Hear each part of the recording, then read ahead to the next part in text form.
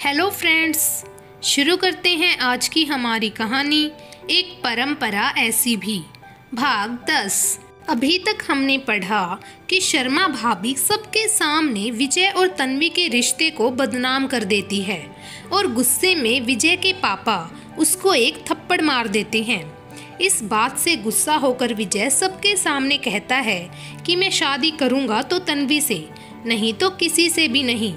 दूसरी तरफ जब पूनम से तन्वी को पता चलता है कि विजय उसको सिर्फ दोस्त नहीं मानता बल्कि उससे प्यार करता है, तो वो विजय को उसके प्यार का वास्ता देकर उसको छोड़ जाने की बात कहती है और विजय वहाँ से चला जाता है। अब आगे विजय और तन्वी अब अलग हो गए थे। विजय अब अपने शहर को छोड़कर दूसरे शहर में अपने पापा की दूसरी फैक्ट्री को संभालने के लिए चला गया था, क्योंकि इस शहर में उसे तन्वी की याद सताती थी।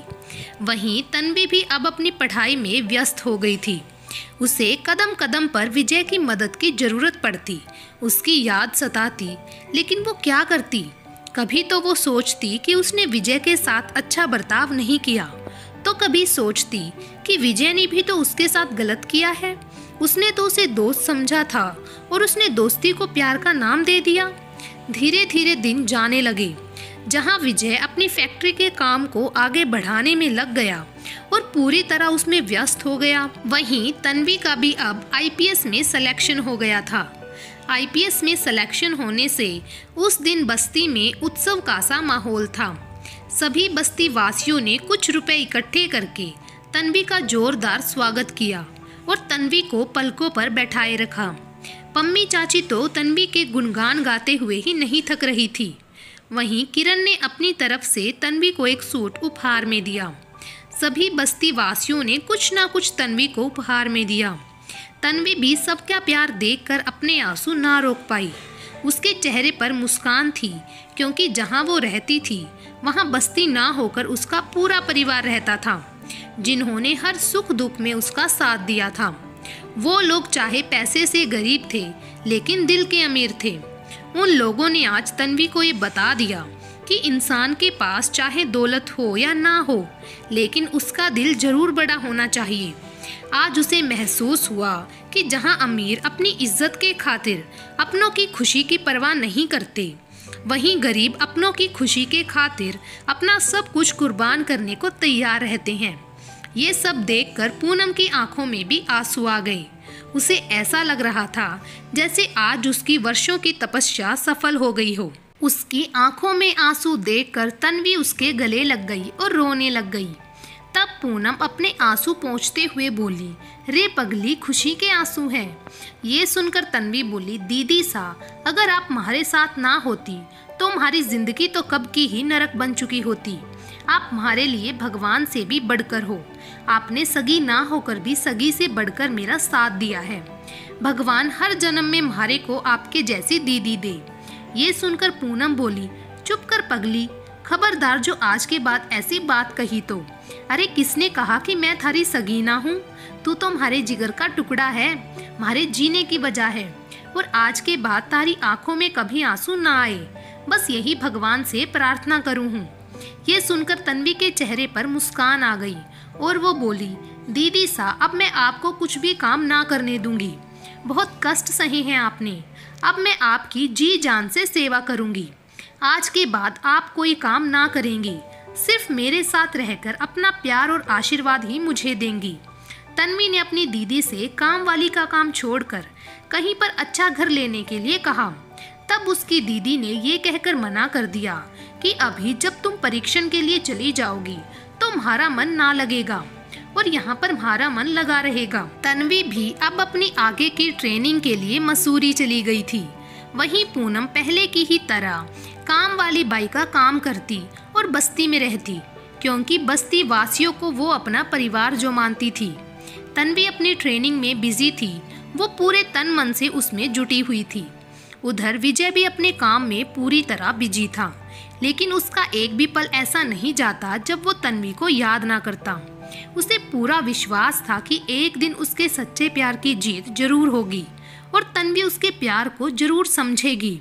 उसे अब इंतजार था तो तन्वी की पूरी तरह कामयाबी और उसकी हाँ करने का।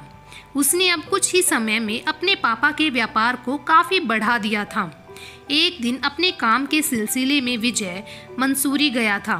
वहीं पर तन्वी जिस ऑफिसर के अंतर्गत ट्रेनिंग कर रही थी वो विजय के पापा का दोस्त था, तो विजय उससे मिलने ट्रेनिंग कैंपस पर गया। उस ऑफिसर ने विजय को सारा कैंपस घुमाया और सभी से मिलवाया। विजय को देखकर तन्वी को काफ़ी खुशी हुई, लेकिन विजय ने तन्वी से अजनबी हो जैसा व्यवहार किया।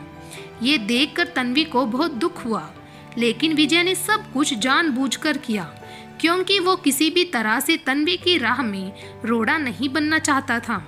विजय को बहुत खुशी हुई कि तन्वी को अब लगभग अपनी मंजिल मिल चुकी है।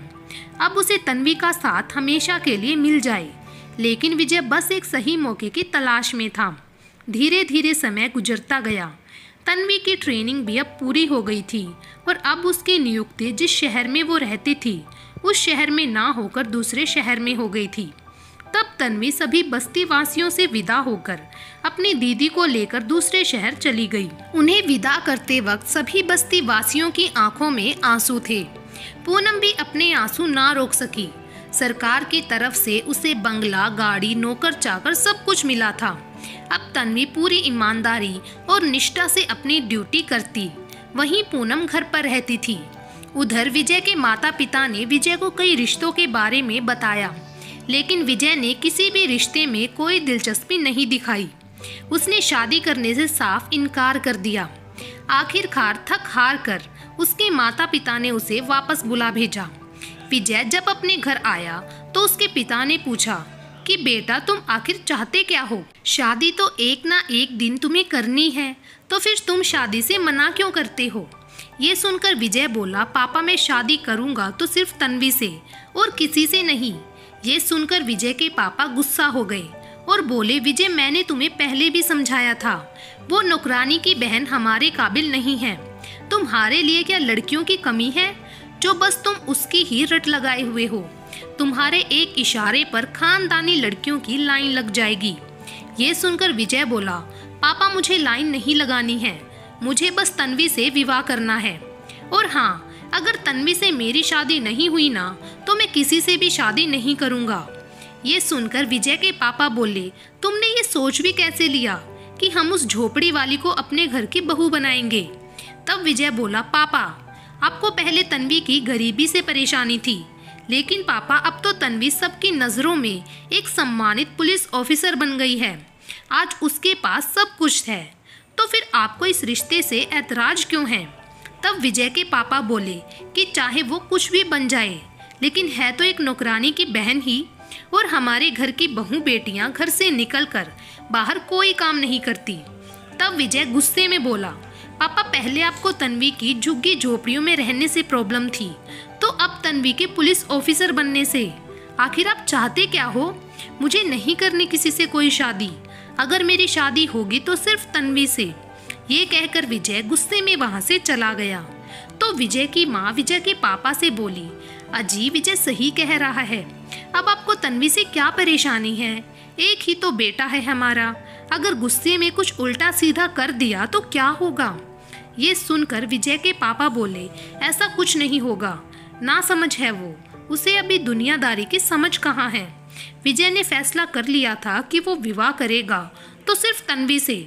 वो अब तन्वी की मर्जी जानना चाहता था। आखिरकार वो दूसरे शहर तन्वी से मिलने के लिए पहुंच गया। जैसे ही विजय ने दरवाजा खटखटाया तो दरवाजा पूनम ने खोला। वो विजय को देखकर बोली, अरे छोटे मालिक आप? विजय ने आगे बढ़कर उसके पैर छू लिए। ये सब देखकर पूनम की आंखों में आंसू आ गई। वो विजय को अंदर ले आई और सम्मान पूर्वक उसे बैठाया और उसके लिए पानी लेने चली गई। कुछ ही देर में तन्वी भी आ गई। तन्वी विजय को देखकर हैरान रह गई, लेकिन साथ ही उसे खुशी भी हुई। तन्वी जैसे ही कपड़े चेंज करके और हाथ मुंह धोकर आई, वैसे ही पूनम ने विजय और तन्वी के लिए नाश्ता लगा दिया। नाश्ता करने के बाद विजय ने तन्वी से कहा, तन्वी मुझे तुमसे कुछ बात करनी है। तन्वी जानती थी कि विजय क्या कहना चाहता है। तब तन्वी कुछ कहती उससे पहले ही विजय बोला, तन्वी अब तो तुम अपने मकसद में भी कामयाब हो गई हो, तुम्हें तुम्हारी मंजिल मिल गई है, तो अब तुम्हें मुझसे शादी करने में क्या एतराज़ है? ये सुनकर तन्वी ने कोई जवाब नहीं दिया। वो उठकर अंदर चली गई। ये देखकर विजय को बहुत दुख हुआ। तभी पूनम उसके पास आकर बैठ गई और बोली, छोटे मालिक, म्हारे को पता है कि आप तन्वी से बहुत प्रेम करते हो, लेकिन आपके पापा इस रिश्ते के लिए कभी राजी ना होंगे। ये सुनकर विजय बोला, दीदी मुझे तन्वी का साथ चाहिए। उसके साथ के बाद मैं दुनिया से लड़ जाऊंगा और पापा भी देखना एक ना एक दिन इस रिश्ते को जरूर स्वीकार कर लेंगे। ये सुनकर पूनम कुछ सोचते हुए बोली, लेकिन इससे पहले तन्वी के बारे में तो जान लो। ये सुनकर विजय बोला, मतलब? तब पूनम बोली, कोई भी फैसला लेने से पहले तुम्हें तन्वी का अतीत जानना जरूरी है। ये कहकर पूनम ने तन्वी के बारे में सब कुछ बता दिया कि उसका और तन्वी का क्या रिश्ता है और उस तन्वी के साथ अतीत में क्या हुआ था, क्यों तन्वी शादी से नफरत करती है। विजय को सारी बात बताने के बाद पूनम विजय की तरफ देखने लगी कि विजय अब क्या फैसला लेता है।